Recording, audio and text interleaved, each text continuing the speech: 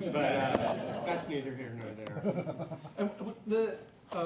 I would say if you've read any of his stuff, Kent is exactly the person who you think he is. You know, smart, sophisticated, people-oriented, curious, all those things. There's no surprises there. One thing that kind of tipped me off to how humble he is that I bet I was around you and knew of you and had talked to you multiple times before someone in the church said, like, he's a writer. And I just kind of said, you know, just like my wife, my aunt's a poet, you know, whatever. You know, he's a writer. Who isn't? Yeah, and that's all, you know, it's all it came of that. And then I heard it again, like, yeah, no, he's a writer. I'm like, yeah, someone mentioned that, you know. And then it wasn't until, you know, later that I realized he's a writer who's published 1.5 million books. My book is solidly at 14,000. Yeah. My first novel was, the height on Amazon was about 14,000. Okay. So you're doing just fine. I'm breathing down your neck. As Craig indicated, we know each other primarily as a result of going to the same church. But I got to say this: I really began to know Craig when I found out he also wrote, and I began to read some of the pieces that he had published, and found myself both edified and incredibly entertained. He is one of the funniest guys I know, as well as one of the smartest and most knowledgeable. He has been, on so many occasions, incredibly helpful to me when I have some sort of a medical question that needs to be answered for my novels. And I have to say this, the answers that Craig has given me and that I've used in my work are one of the few parts of my writing that nobody has ever questioned. Thank you very much, Craig. So that's nice of you to say, but you're still doing the hernia exam. I'm one lucky contestant. I don't know who it is. So the question I always get is like, you know, why write a book about men's health? And now, if you heard the pedigree, I had been writing for a while. I started writing at Minnesota Monthly, and the editor at the time, who gave me my first job, Jeff Johnson. Let's give him a round of applause. An Iowa Writers Workshop. So this guy is a real writer. Whoa! So he gave me my first job, and I wrote a column for them. And what was amazing about it is he basically kind of said, like, follow your nose. I think there's one time he said, we need something on mental health a couple of months. Otherwise, just follow your nose. And the style that I wrote, I've written in other styles, more journalistic styles, more straight ups, but the style that you let me kind of hone, stuff that I joke that I wanted to write medical information that you didn't have to be sick to read, you know, pun intended. And you let me do that. And so this book is still in that sort of vein. The reason why You're recording. I want to make sure they pick up everything. Right. So the reason to do a men's health book was I knew something about men's health because obviously that's what I'd done for some of what I'd done for a living, and then I myself was beginning to be an aging male. I'm about 60 now. When I started to work on the book, I think it was 55, and this is scientific fact. You can look it up, but I consider 55 to 70-year-old males, that's the pre-geezer stage. And then after 70, you enter the geezer stage. So I knew a lot of people who were, like myself, who were in that pre-geezer stage and starting to look ahead and think, like, how do I want this to go? So that was sort of the impetus, in some sense, because I had two of the more popular things I had written were for Slate magazine. One was on, when Viagra was newer, the Viagra ads would have a little disclaimer, ask your doctor if you're healthy enough to have sex. And I asked my partners, like, what does that mean? And to you, and they're like, I don't know. So I said, well, I don't know either. So basically it's what's the physiological demands of sex. So that was that article, and that did quite well. And then I wrote another article for them about andropause and does it exist, and basically the testosterone replacement that was being pushed. So I wrote those two. So those are popular. So it just seemed like let's do that. There are problems with writing a book for men about health. That's a question, though. I mean, you have a broad knowledge of health for women as well, I'm sure, as a Yeah. hospitalist. Yeah. Why did you choose to focus on the aging male? I think in some sense because I think actually there's something naturally sort of funny and entertaining about the aging male. I'm kind of a Monty Python fan, but you know I think of the Sir Gawain and the Green Knight. You know, I don't know if you remember this part where Sir I'm blanking on his name. Chaucer. No, who's the king? Arthur? King Arthur meets the Black Knight. Aging male moment. He meets the Black Knight in the woods, and they start fighting, and the Black Knight knocks off the arm of the Black Knight, and the blood gushing out like you expect, and he says like it's just a scratch, and so then King Arthur knocks off the other arm, and to me that's a little bit of a metaphor for how men deal with aging. So and for all those reasons, it seemed like obvious, and I think. You don't have to be a physician to kind of realize that, and to see with your own eyes that men and women do approach things different. When it comes to health, women are what I call proactive. So if they have a health problem, they think about it, they keep track of it. If it continues, they kind of do some reading. If it continues and they don't get answers, then they talk to their friends. And if their friends can't give them an answer, or give them things that work, then they do this crazy thing. I guess you can do this. You can make a doctor's appointment. They'll make a doctor's appointment and then see the doctor and get it. So women tend to be proactive, where men tend to be conactive, and we tend to try to figure out reasons why it's okay, and why this is going to just blow over and there's no reason to worry. And so, in that regard, I thought I'd read just a short section out of the intro, just to kind of to prep you. Part of what I'm saying before this little bit is to say I consider myself a medical centrist. I think things should do better in the middle, and I don't like wildly crazy medical things, and I don't like anyhow. I'm medical centrist. So I wrote this. On one extreme of personal health, you have the neurotically health obsessed. Every facet of life, every food choice, every moment of activity, every guilty pleasure is either adding to or removing seconds from life. Every symptom must be pursued as a warning sign that will allow them to take action. But every piece of health information can also be perceived as just one more way to die. And these people often end up worried sick, sometimes literally.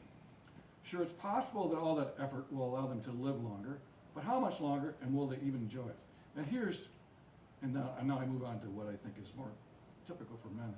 On the other extreme of personal health is just straight ahead denial, sometimes referred to as testosterone blindness or testosterone poisoning. I made that up. Equal parts stoicism, nihilism, and good old-fashioned fear. This is the feeling that a guy can be completely healthy as long as he doesn't go to the doctor, who might give him diabetes, high blood pressure, and prostate. Quote, I was perfectly fine when I walked in the clinic door. And yet women wouldn't make that. Women don't say that. This is the kind of thing that men say. I was fine until I went to the doctor. And then he gave me all these pills. No, you weren't fine. You just didn't know it. But I am fine because I have been fine, and so I will continue to be fine. It's not a legitimate medical self-evaluation, and delaying care just generally leads to bigger problems. Does that give you an answer? That's good enough. It was and I have to say, as a business decision, writing a book for a group of people who don't read nearly as much as women about a subject they like to avoid is not a great business. I like the characterization that you gave me when we were talking privately. Well, so part of writing a book, what's out there? When you start to go look out there, they have a pretty big section on health. In back there, and there's a smaller section for men's health, but I'm not knocking in, but a lot of the titles have to do about living, reversing the aging process and living forever and immortality and all that stuff. And it's interesting that women's magazines often have a lot of health information, even if they're a fashion magazine or what have you. Whereas men's magazines, they tend to concentrate on beef and boners. Erectile dysfunction and putting on extra weight. So there's not a lot out there, because I think there's just We're not. I gotta say that I have given away this book to most of my family members, not just the aging males, but the women as well, because there's information in here that might help explain us much better and in a much more entertaining way. And I have found it incredibly helpful. My father died of chronic heart failure. I have an older brother who passed away as a result of a heart attack, so I've always been concerned about my own heart health, and I found that section particularly helpful in terms of thinking about what I need to do. Is this your book or mine? Yours. Well, I wrote it. But Okay. you've got 20 books out. You don't need to have another book. So, I took this to heart. If you, section 16 in the book is called Heart Disease Prevention. In each of the chapters, Craig has given just a little sort of synopsis of what you can expect in this chapter. Here's this one. To prevent heart disease, treat the causes, risk factors, diabetes, high cholesterol and blood pressure, smoking, abdominal obesity, inactivity, stress, and low fruit and vegetable intake. Risk of heart attack or stroke rises sharply with each additional cause. The challenge is to address these risk factors without being consumed by them. I like that. Small improvements can bring benefits. I read that. I never smoked, so I was okay there. But I ate a lot of cookies and ice cream. Now I eat vegetables. Sorry. And fruit. I've tried to reduce my stress level, and I work out regularly at the Y. Thank you for that. I still had to go in for a heart MRI 2 weeks ago, however. And I got a great heart. Okay, good. But the study found that 9 risk factors explain 90% of the heart attacks. And I'm going to read these, and I'm going to ask you about one of these. Smoking, diabetes, heart blood pressure, hypertension, abdominal obesity, elevated cholesterol, lack of regular physical exercise, teetotaling, i.e. no alcohol intake, diet low in fruits and vegetables, and low psychosocial index, too much depression, work stress, or financial stress. I want to ask you about teetotaling.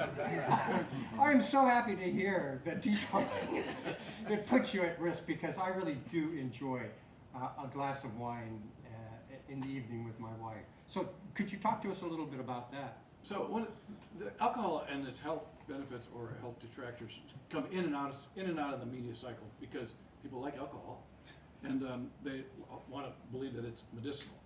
And there was just more recently another little bump about that, about maybe lowering even what we describe as moderate, which is hard to describe, but it should be even below that. I think it had to do with cancer, right? Yeah. So it's always in and out, and I think generally speaking, when you hear a variety of different opinions, oftentimes that people in medicine, oftentimes people don't know exactly. I think one of my own personal take is that I kind of look at the difference between hard alcohol and wines somewhat differently, and I think that probably some of the benefits, my guess is that some of the benefits of wine is the medium that they come with, and that is the antioxidants that come with red and white wines. On the other hand, there's a physician I worked with who was a cardiologist, and he made this suggestion, and it stuck with me. And that he say, like, don't use alcohol as medicine. You know? So if you like a glass of wine with your dinner, go ahead and have it. But you shouldn't, like I do see patients who say, well, I always have 2 red wines every night, because I know it's good for my heart health. I'm like, nah. So I do think it is a pleasure, like ice cream. I don't think, I wouldn't recommend anybody quit ice cream. It's just a matter of moderation. And I'm going to tell my wife that. what happened together? Okay. Oh, just separate the ice cream from the wine. So yeah, I think that, and then there's to their point, some question of whether making sure a little, not teetotaling, is helpful. I think sometimes that's hard to kind of separate from. Is that a sign of affluence? People who can afford not to teetotal. I'm not sure. I think in the end, if you like a glass of wine or a beer or a little whiskey, have it. It's just, don't think of it as medicine, and don't drink it excessively. Here's another thing that I absolutely loved.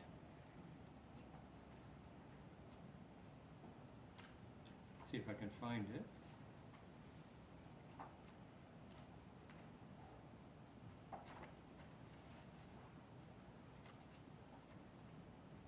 Ah, caffeine.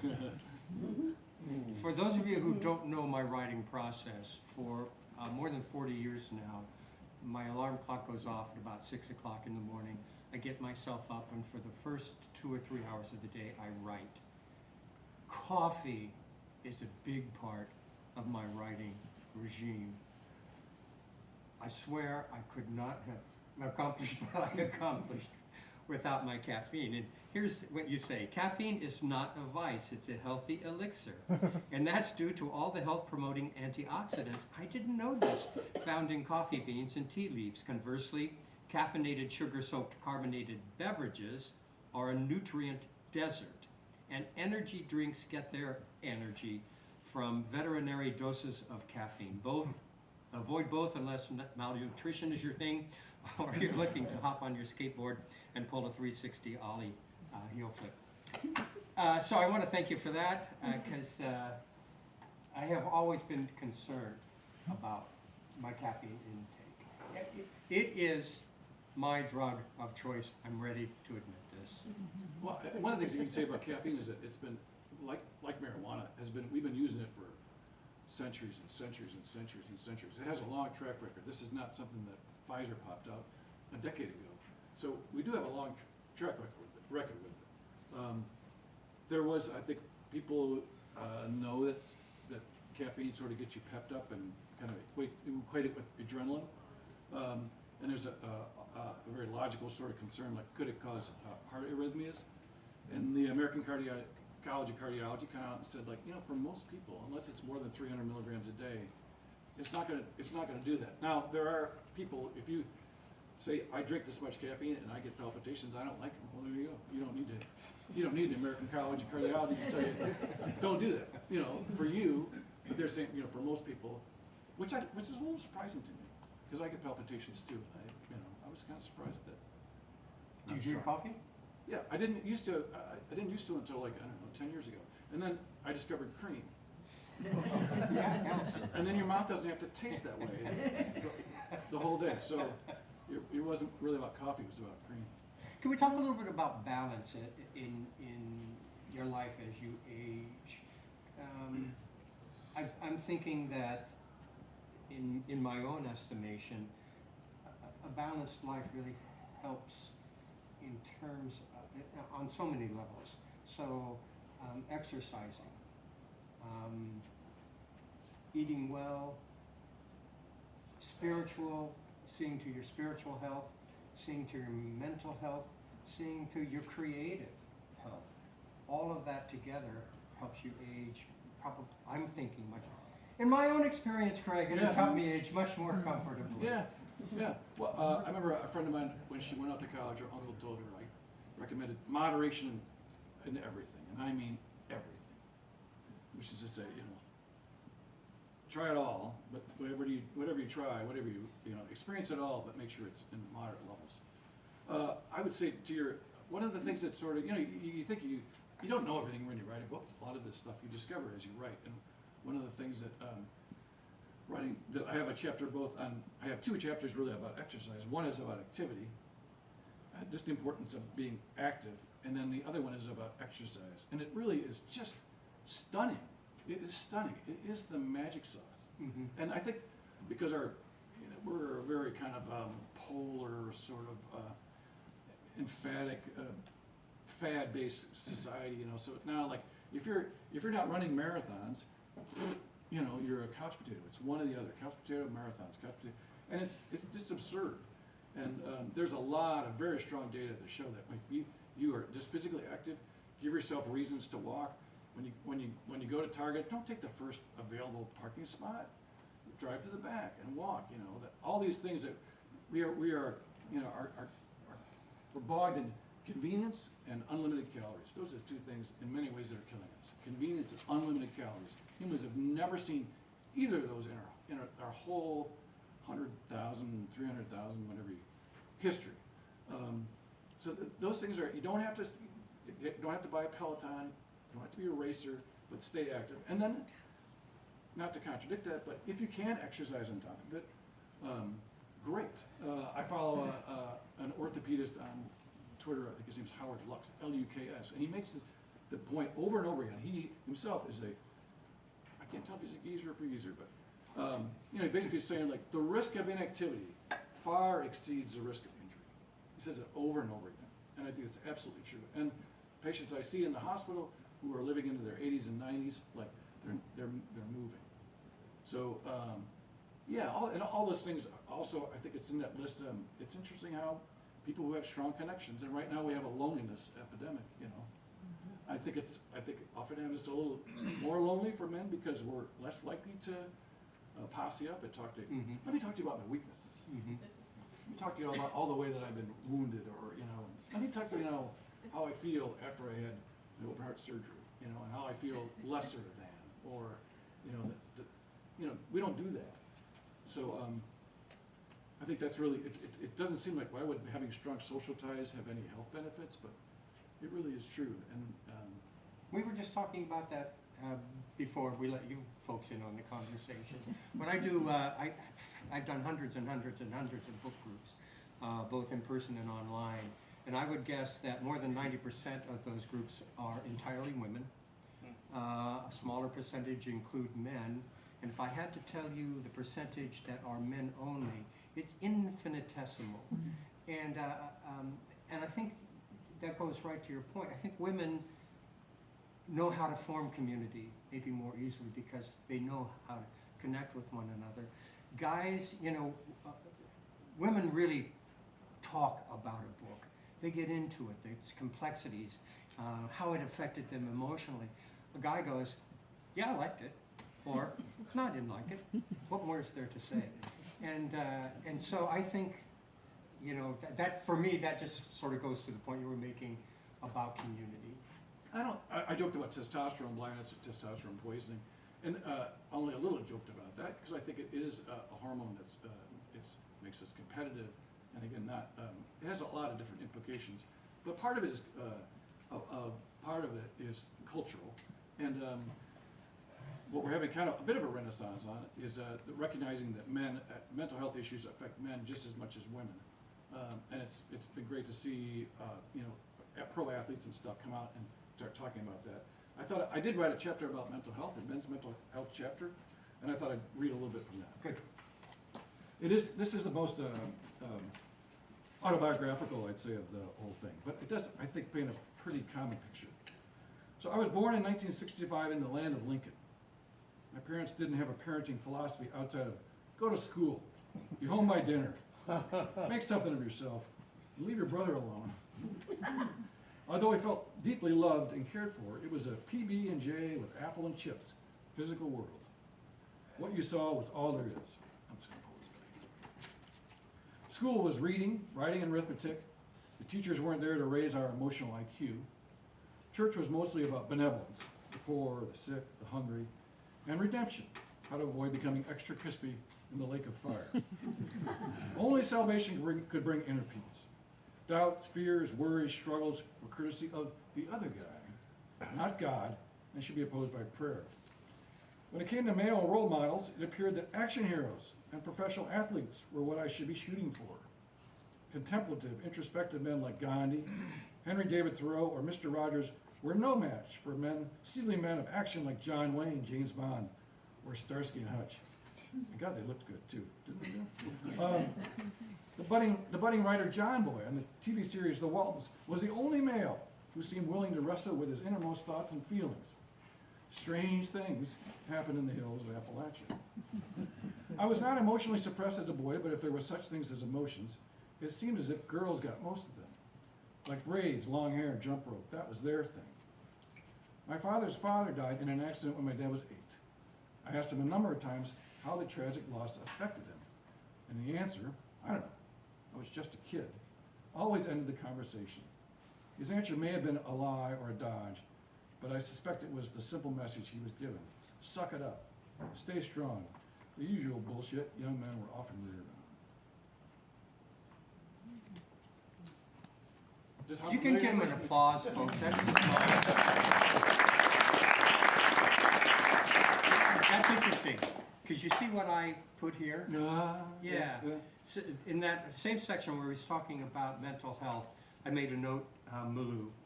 I don't know how many of you know my Cork O'Connor series. For those of you who don't, there's a recurring character in it. He's the nearest thing I write to a stock character, the wise old medicine man. He's an Ojibwe healer. He's a Midday, a member of the Grand Medicine Society. His name is Henry, exactly, Henry Malou. And when Craig was talking, I had noted this section where he's talking about all of the ways that you need to take care of your health mentally, and they just so struck a chord with me in terms of all the advice Malou has delivered across the course of the series, which of course has come from so many of my friends in the Anishinaabe community who have talked to me about the traditional approach to life in the Ojibwe culture. What Malou tries to accomplish is to heal not just the body, but also to heal the soul. And he tries to bring his people who come to him for help to a place called Mino Bizadwizin, I think is how it's pronounced, which in Ojibwe means the good life, the healthy life, the whole life. And that's exactly what you're kind of pointing, I think you're kind of pointing to in all of this. And this, for me, goes back to, I mean, it's so ancient, it's so, we have known this for so long, and we've just forgotten it. Yeah. So I've tried to avoid statistics in my book, because I think statistics are just, I think most of us got to doze off. Graphs, bars, statistics, you know. One of my favorite statistics in medicine is that if you have 1 foot in a bucket of boiling water and 1 foot in a bucket of ice water, on average you'll be comfortable. But there's one statistic that I've sort of come to over and over again, and I mentioned it in a Washington Post article briefly, and at risk of making you all snooze, I try to give it to you. So most people say, like, they attribute the power of modern medicine to one fact, and that is, look what's happened to average life expectancy. It's amazing, you know. Look what we've done to life expectancy. That's all modern medicine. And so here's the argument against that. Average life expectancy is average life expectancy at birth. And when you're talking about average life expectancy at birth, the thing that could affect that number the most are people dying young. All right? You know, if it's 77 is the average life expectancy and someone dies at 72, they don't change it that much. If a 2-year-old dies, he changes that number much more dramatically. So it's really average life expectancy at birth. The two things that have been killing humans quick and young are kids dying in childhood, very high childhood mortality rates, and then childbirth. You know, childbirth was one of the most dangerous things you could do back in the day. It's still dangerous, but far less dangerous. So it turns out that this idea that, you might know that in the year 1900, the average life expectancy was 47. 2010, it was 77. Okay, so you'd think in 1900 there were no old people, right? Because everybody died at 47. Most people died. There are a few that got in their late 50s, whatever, but and that's not true. If you look at a different statistic, average life expectancy, like if in the year 1900, if you made it to age 65, you had on an average 12 more years to live. You'd make it to 77. If you made it through childhood and you made it through childbirth, you could live to 77. In the year 2010, if you make it to 65, you've got an average of 17. So we've added 5 years for all that medical technology, you know. If you made it in the year 1900, if you made it to age 85, you had an average of 4 years left. You'd get to 89. In the year 2010, if you make it to 85, you got an average of 5 years left. You know, so we've stretched the rubber band very little. And what we have stretched is at the end of life. And so you could ask you, if we're giving people extra time, where is it at? You know, is it in a hospital, a nursing home, or is it quality of life? One of the things about this character Henry who is he 100? 107. 107. Is that you see, like, again, he's not, he's, unless there's a book I missed, he's not running triathlons. You know, but he is involved in his community, and he's mentally involved in his community. You know, so anyhow, so the whole point there is to say, like, in the end, statistically, I think you can do so much more for yourself still, you know, than medicine can. If someone slips on the ice going out of here and breaks their femur, we can fix that. We can help you. But if you don't smoke, if you don't drink in excess, if you have a reasonable weight, if you're physically active, if you have decent, you know, good nutrition, if you have a strong social network, if you avoid carcinogens, you know, some of that's hard to do. You know, you've done, statistically speaking, as much as you can to statistically make your life as long and as good as it can be. And I think that's you have a strong emphasis on Native culture, and I think that's what comes out to me in a lot of your books is like, look at how, you know, they've lived a healthy life, both in the Traditionally. yeah, a tradition without, you know, and all these things when you look at the drop in maternal mortality and childhood mortality, it all comes before World War II, you know, or, you know, just they drop precipitously from immunizations, good sanitation, good nutrition, you know, before antibiotics, before modern medicines. So it may not be good news because I think all of us want to, like, here's a prescription, you know, do what you want, here's a prescription, but it is the news. And I hope that the book can kind of help you kind of frame that and understand that better. Speaking for geezers, this is really good news. I still got a lot of good years ahead of me. Why don't we go to questions from the audience? Anybody right over there? So Doctor, a lot of what I'm hearing you talk about sounds like it would be good advice for men at any age. Is there anything in particular that you focus on in this book that somebody who's entering into geezerhood can take away or should focus on? I think it's like, Can you repeat the question for people? yeah, so is there, if there, what can a person do who's, let's say, pre-geezer, before 55, what can a man be doing? I like the analogy, it's really like, it's like financial investing, you know. Is it good that you start saving money when you're 58 for retirement? Yes, it's good. Would it have been better if you done it at 48? Yeah, even better. 38? Even better. We sometimes we see people come in who say, like, you know, they're 63, I'm here because my dad had his first heart attack at 62. And, you know, great. I'm glad you're here. What, you know, now we've got 2 years to work it out. It'd been nice if you'd come in 5 years earlier. So I think, then we discussed this, I discussed this in the book about risk factors. And the earlier you can kind of, and it's not that hard, you know, as soon as you can investigate your risk factor, what is my cholesterol, blah, blah, blah, blah, these kind of things, the more, you know, serious you can get. So I think it's just a matter, it's the recommendations are the same. It's just like the earlier you can start on, you know, the more casual you can be about it, as opposed to, you know, a frantic, like, okay, I've abused myself and now 68, it's time to get serious. You know, that's good. Never a better time. You know, we get patients in the hospital all the time. We're giving them, if they stop smoking 81, that can make a huge difference in the remainder of their life. Would have been better at 51. Is geezer at 70, is it, for men? I'm calling it 70. How old are you? 72.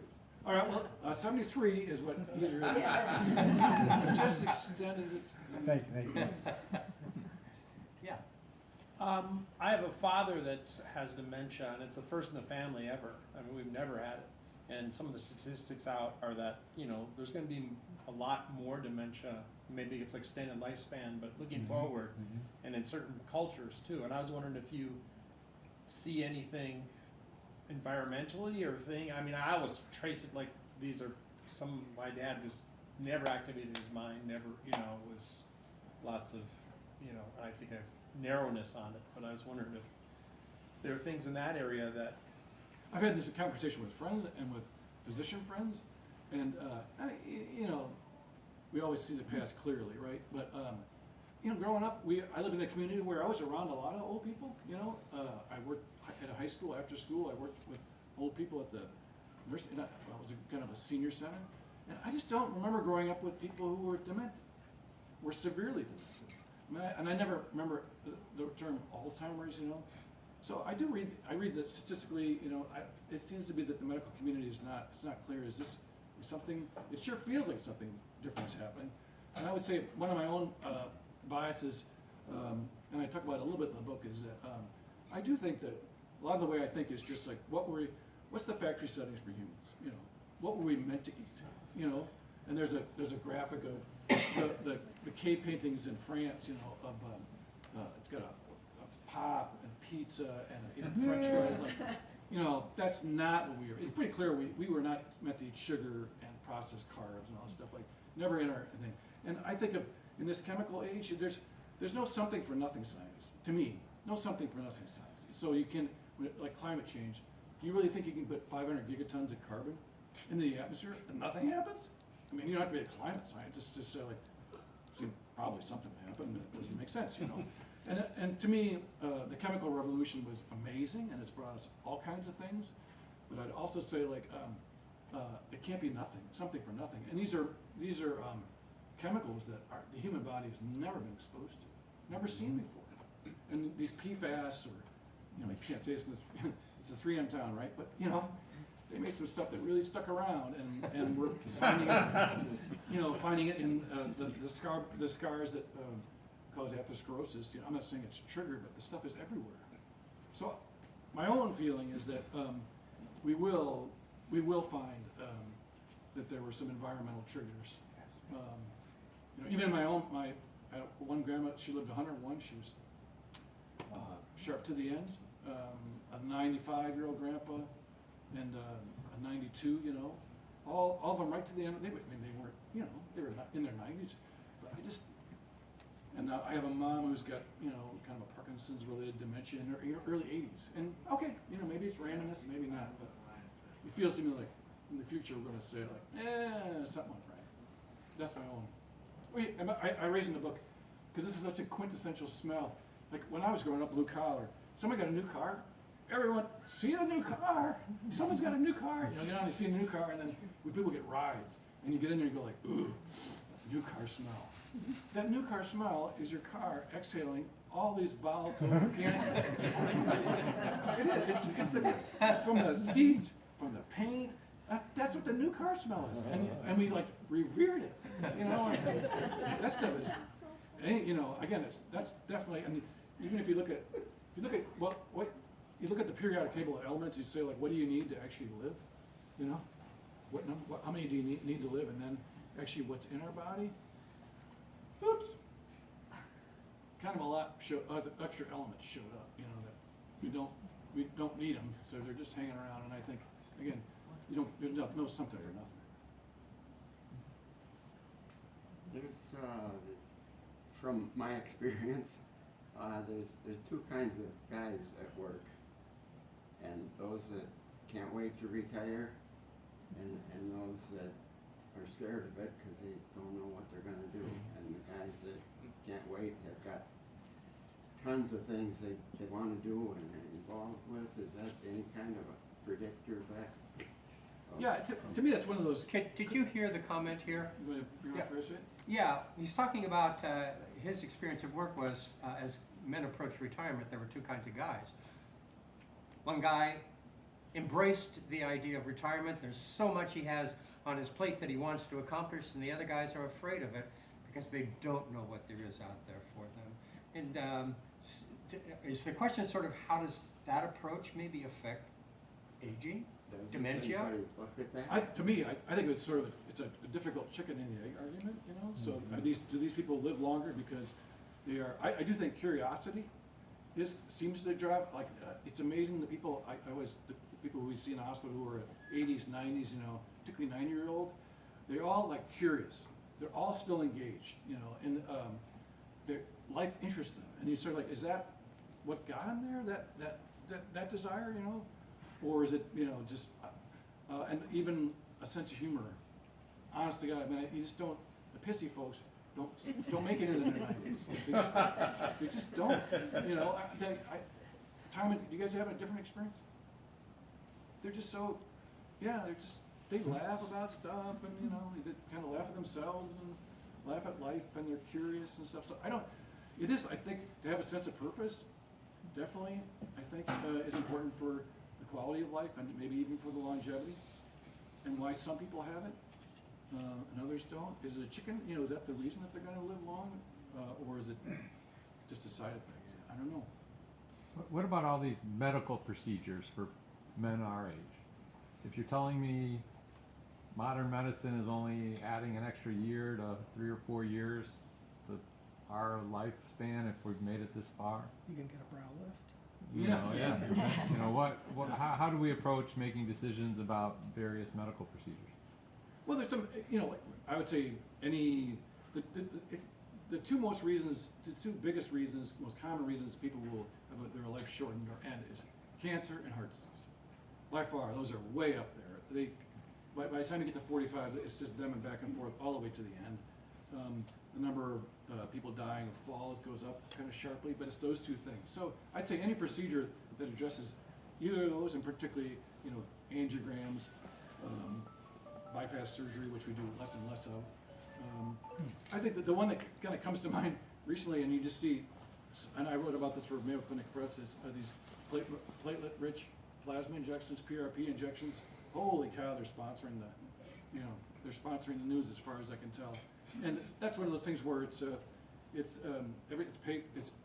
science is very neutral, but they've got a product that makes sense. The metaphor, like here's what we do: we take these platelets, which are really important in wound healing, take them out of you, we whip them up, put them back into you in your joint, and you know it works. And it's a cash outfit, you know, so no insurance people cover it, so it's cash. So that's just growing like crazy. And I would say like there's really no proof that it's better, you know. What about like prostate cancer? Oh yeah, so this, there is because prostate cancer it's the most common cause of cancer in men, Really? but it's not the most, by far, it's not the most likely to kill you. And it's because we tend to think of cancer as all as one kind of thing, but in terms of cancer, prostate cancer is, generally speaking, a kind of sluggish, slow-going thing. And so for most men, like if they've done autopsy studies, men who were killed in accidents, and they take out their prostate and slice it up, and you know, by the time you're in your mid-40s, maybe 40% of people have little pieces of cancer in their prostate. And by the time you get to your 60s, over half men. But many of those men that prostate cancer will just kind of percolate along and never give them problems, and they'll die of something else. So part of it's a conundrum. I'm going through it myself. This PSA screening, is it worth doing PSA screening? When I sign up for PSA screening, what am I getting myself into? Both the risk and the benefits. Could I offer a personal story on that regard? My brother's dying. He has pulmonary fibrosis, which is affecting his ability to breathe. He has a great deal of difficulty breathing. He's known it for some time, and as the disease has progressed, options were given him: medications, a lung transplant. There were all kinds of unpleasant side effects from all of those. And my brother, in the end, decided that he would simply allow the disease to run its course, which has made all of us in my family think significantly about the whole issue of dying. How do we approach dying? And this is a lot of what we're talking about here, all of the things that we do that maybe will keep us from approaching that place a little bit longer, a little bit farther out there. When Craig and I were talking earlier about how we wanted to do this, I said I would read a little bit of a section, and I want to read a little bit from Spirit Crossing. In Spirit Crossing, Cork's beloved daughter, Annie, is dying. And when I look back at the writing of this manuscript, I know I created this subplot because my brother was dying, and I needed to figure out how do I address this. And I have to tell you, when I talked to my friends in the Native community about this, had a lot of guidance from them from a very traditional perspective. So I just want to read just a very brief section. Henry Malou talking to Annie, who was dying, about death. When she was alone with Malou, Annie said, "I'm dying, Henry. I know, and I cannot change that. I'm dying and I'm full of rage because of it. Sometimes it is not an easy thing to die. Sometimes to die is to yield completely to what is unknown. Some approach death with fear, some with anger. Does anyone ever approach with an open heart? She said bitterly. Yes. How? He reached out and took her young hand in his ancient one. She felt the warmth of his palm, the calming effect of its press. There is a single thread that runs through us all and connects us to the Creator. In birth, that thread draws our life spirit from the heart of the Creator. In death, the thread draws our spirit back into the Creator's heart. It is the same for every living thing. The heart of the Creator. She shook her head. I'm not sure I believe in God anymore. Belief, like love, is a choice.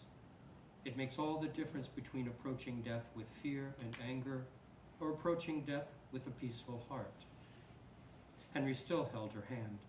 With his other, he made a wide, sweeping gesture that included the glistening blue of Iron Lake and the wildflowers of the meadow on Crow Point and the vast deep woods beyond.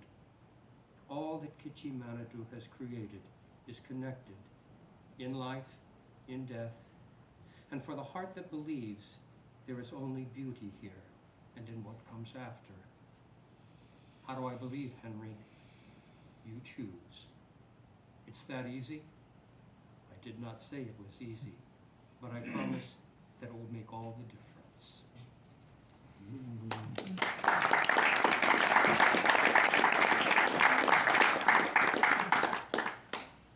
Any more questions as we start to wrap things A up? follow-up. It's it's amazing how the Indians you are. It's not that big a presence in Minneapolis. There's more than St. Paul, or I'm amazed. I'm really, enlighten me, please. I'm sorry? How did you get so into Indians? It's really cool, really cool. So, I have a lot. I've been working with the Ojibwe community now for more than a quarter of a century, and I have lots of friends in the Ojibwe community. My Shinab friends have been so instrumental in broadening my understanding of the world and my own spiritual beliefs. So I am extremely grateful for that. But that's where it comes from. I have lots of friends who guide me. And if you've read his work, the inclusion of indigenous is not a publicity stunt. You have these, it's all there and it's all vouched for by your friends, and all of it's vetted, to make sure, does this feel right? Is this true to what is this true?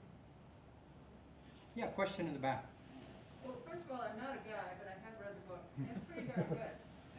So I have. Did you hear that? It's pretty darn good. I didn't even know. I'm a Minnesotan after all. I have two important questions. So first of all, with the rapid turnover of all the recommendations that come in medicine, how long will it be before we get the next book? And then the second question is, do you think that you could breathe down Mr. Krueger's neck even faster if you had a hat like his? Craig and I both deal with balding issues. This is how I deal with mine. It has nothing to do with balding, it's just a fine hat. It is, isn't it? Thank you very much. You're saying I'm balding? Smack him down, smack him I down. was drafty. There was a chapter on hair loss, which I enjoyed writing.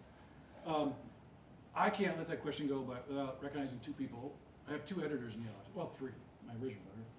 My wife Stephanie, who's one of the editors. And my career-long editor, Dr. Laurel Dreblow. Laurel hails from Ada, Minnesota, and her grade school English teacher? High school. High school, what was her name? Miss Efteland. Miss Eftela? Efteland. Efteland, yeah. Yes. So like, Efteland, all her life. sometimes when she has to make a particular edit and something I send everything her way.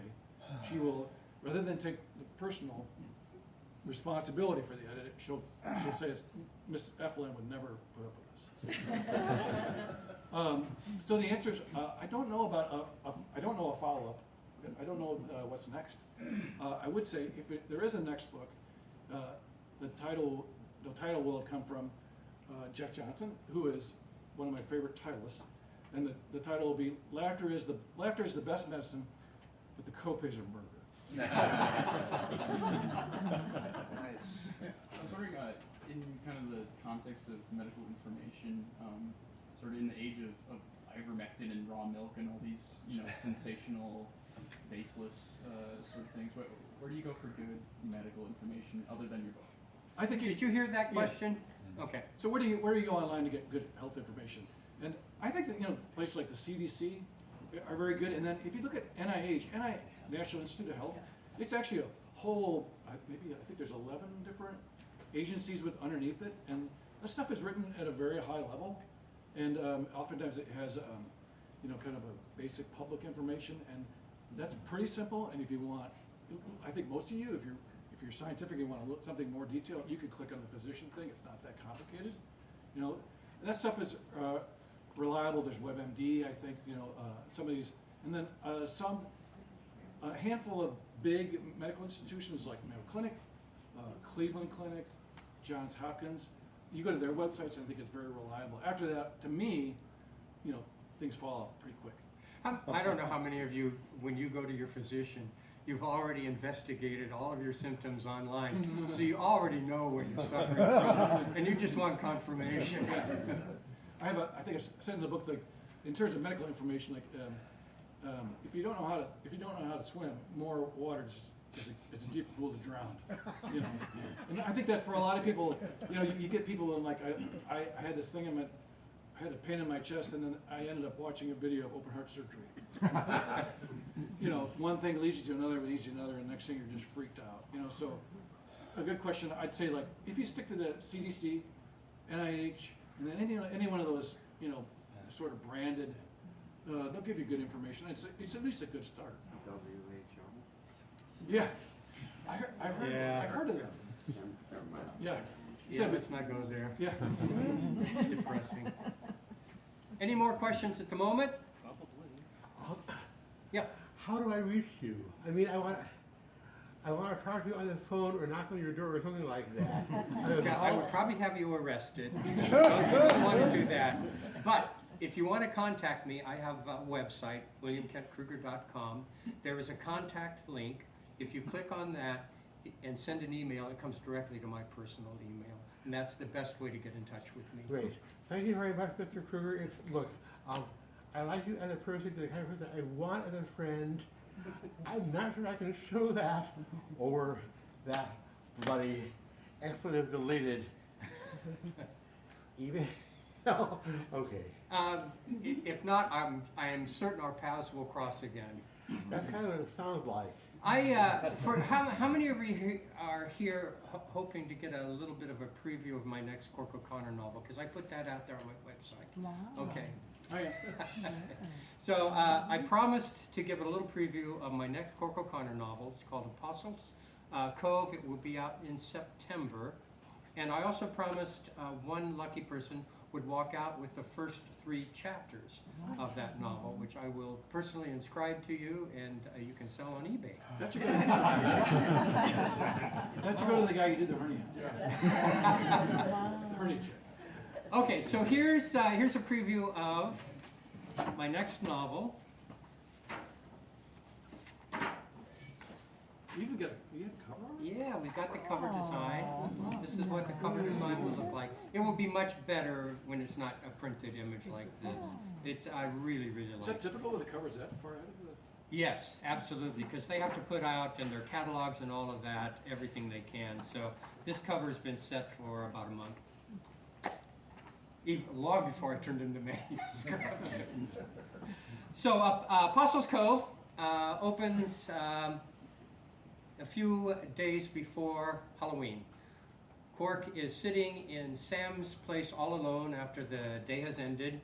It's dark outside. He is ruminating darkly on the fact that he will very soon turn 60 years old, which he thinks is old. And he's feeling kind of depressed. He gets a call from his son, Stephen. Stephen is in the Twin Cities in his second year of law school. And in addition to his classes, Stephen is an intern for Project Innocence, an organization that takes new evidence procedures and applies those to people who have been incarcerated perhaps incorrectly. Cork is overjoyed to talk to Stephen, whom he misses. But then Stephen asks Cork a question. He says, "Dad, does the name Axel Boucher mean anything to you?" And Cork says, "Of course, how could I forget? It was the first major crime I investigated when I was elected sheriff, a particularly brutal murder. Why do you ask?" And Stephen says, "Dad, I'm pretty sure you sent an innocent man to jail." So it's a story written in two parts. The first part explores the initial investigation. The second part explores how Cork tries to figure out what he got wrong. It's a great story. And it's due out to August 2nd. Now, for those of you who are hoping maybe to walk out with the first 3 chapters, I'm going to ask a question, and whoever can answer this question will walk out with it. Here's the question, if you're true Cork O'Connor fans. What's Cork O'Connor's middle name? Oh, Liam. Liam O'Connor. Wow.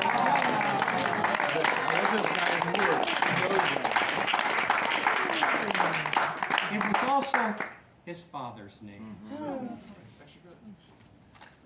Well, thank you everybody for coming. Appreciate it. You know, at any moment, an executive order could come out saying we can't meet in groups and read. See, we'll see.